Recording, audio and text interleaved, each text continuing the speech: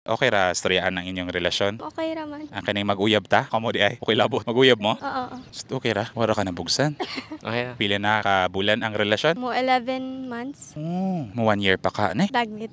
Next month? Yes, next month. So for sure pag ma-post ni siya 1 year na mo. Ay, Masay ginabuhat ato para mo lungtad ang relasyon. aron magdugay. Dili handol mga dili syempre magdugay. Siyempre, understanding. Kanang dili dapat ma-pride. Paminawon ang usag-usa. Dili sa man sa tanan nga butang nga magkasinabot jud mo. Na jud mo iya-iya nga kuan opinion sa usa ka butang. Ikaw, unsay may kadungag ato? Wala, communication yun. Unsa pag communication kung hilumon ka?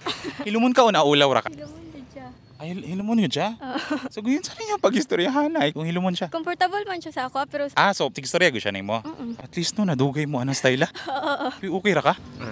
Message to each other na lang. Minsan mo para niya. dili kay ko hilig og kuan man god tig sweet message. Sige ka ng bitter message. Atcha. Amping siya always. Ito yung balik-balik no. Kay kailangan ba na mag-amping? Madahan ang usa ka tawo. Kung di nimo ingnan amping always di siya mag-amping sa iyang kagulingon. Bit ang sa ipadayon ra to. Siyempre, maintain ang good health. Dayong magtinarong siya sa iyang akads. Also, padayon ang iyang pagsabot na ako kay maldita kay ko. Ma-pride up ko. Unta, dili siya magbago. Dayong, unta, malahutay siya sa kumbatasan.